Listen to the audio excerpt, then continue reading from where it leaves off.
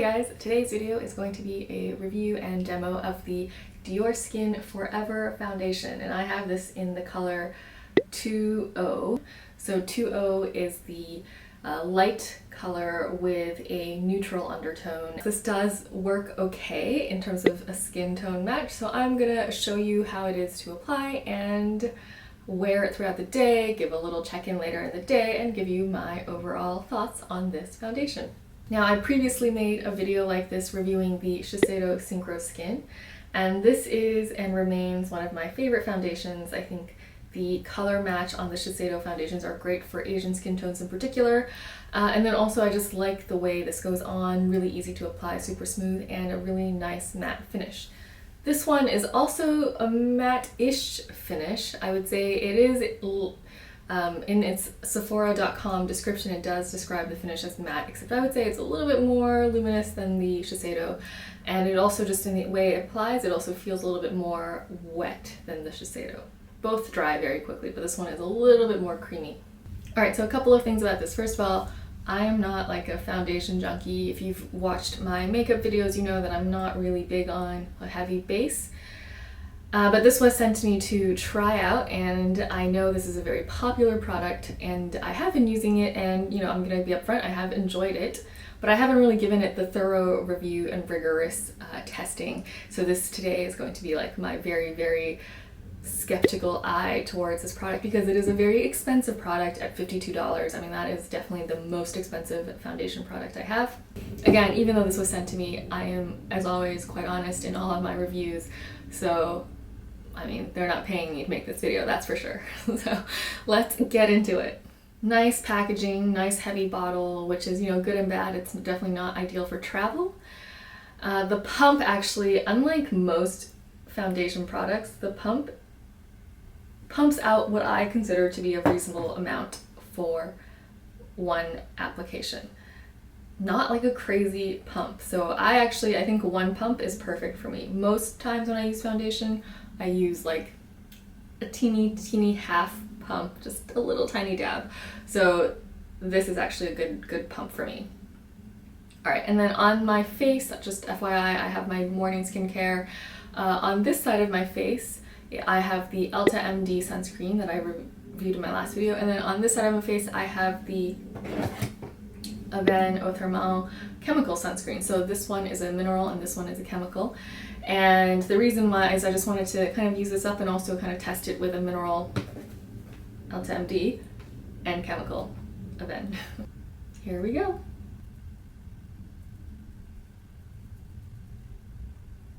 So it covered this blemishing and hyperpigmentation on my cheek quite nicely. This is considered a full coverage foundation according to the description, and right now I just really kind of need some just on my cheek where I had some breakouts earlier last month. It has a very faint floral smell. It's a nice scent.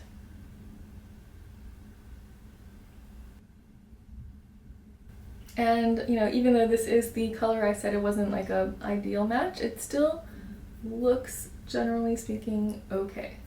Easy to blend in with the fingers, which I always appreciate. And just kind of a nice satiny finish, I would say.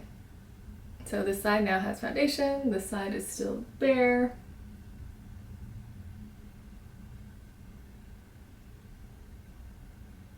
I mean, overall, I like the fact that it's really easy to apply with a finger. It feels very similar to the Shiseido Synchroskin, but maybe just a little bit, like that one, it's really shocking when you first apply it. It just seems to like instantly take into the skin. This one is a little bit more forgiving and a little bit more creamy. I mean, it still dries really quickly, as you can probably tell. So you do have to work a little bit fast, but it's not quite as fast as the Shiseido.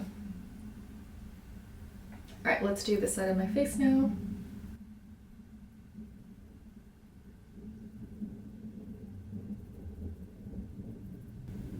Ooh, I think I used a little bit more than I normally do, so I just finished one pump, so I'm gonna do like another half pump.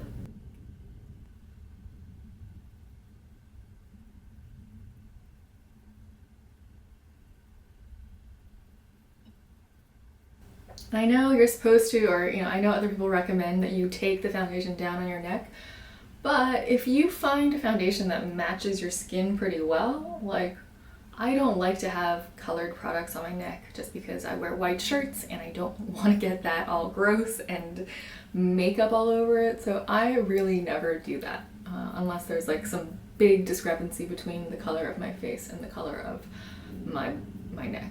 But I try to find shades that are really close in order to avoid that exact situation. All right. That is kind of one layer across the face. I think it looks very nice. It still looks breathable and fresh, and it does have a nice kind of satiny, radiant, yet slightly matte finish.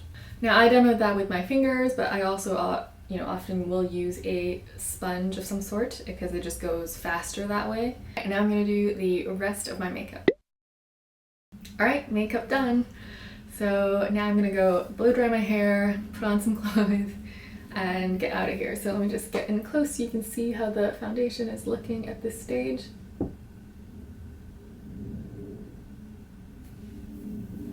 Yeah, the only place really I have powder is just on the T-zone where I put a little bit of the Maybelline Fit Me, and then my powder blush, I guess. But other than that, there's not that much else on this face. Okay, so I'll see you in a bit.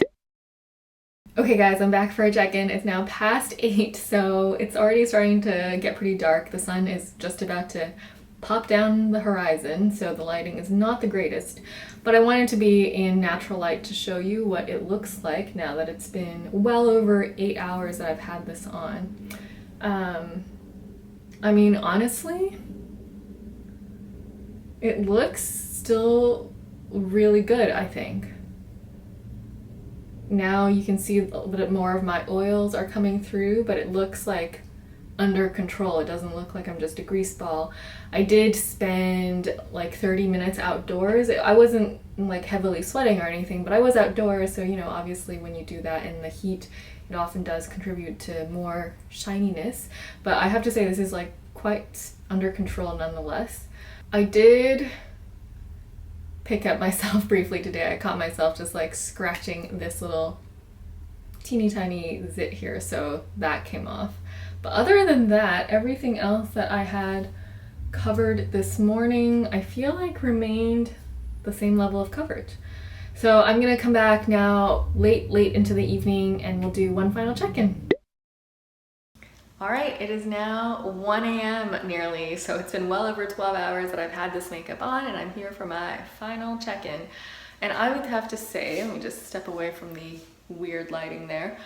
Overall, this foundation is still looking pretty good.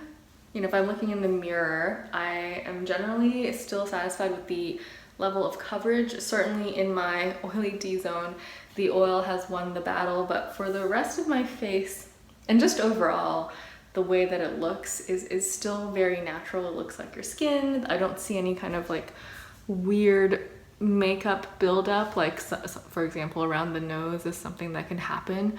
The coverage on my cheeks has worn down for sure, but I would say it's still there. As I mentioned, this part I kind of disturbed earlier, so disregard that. This up here, I guess the oil again won the battle there, so that is peeking through. But generally speaking, I am pretty happy with the way this makeup looks for how long I've had it on.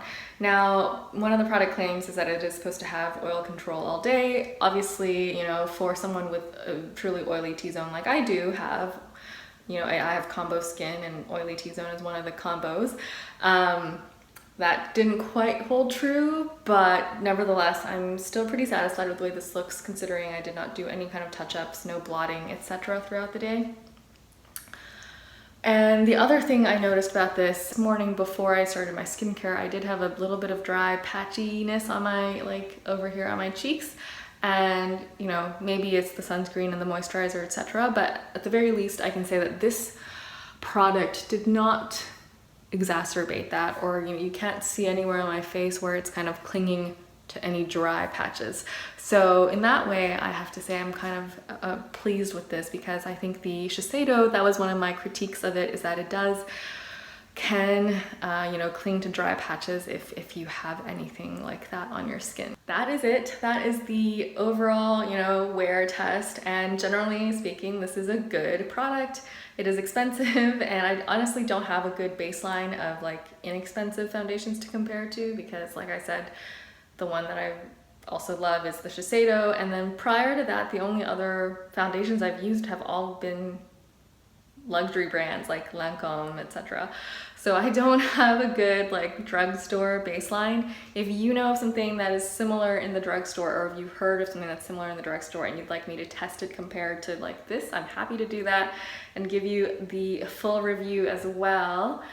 So, you know, this is expensive, but at the very least I can say that I really do like this foundation. Okay, that's it from me. So thank you guys for watching, and I'll see you guys next time.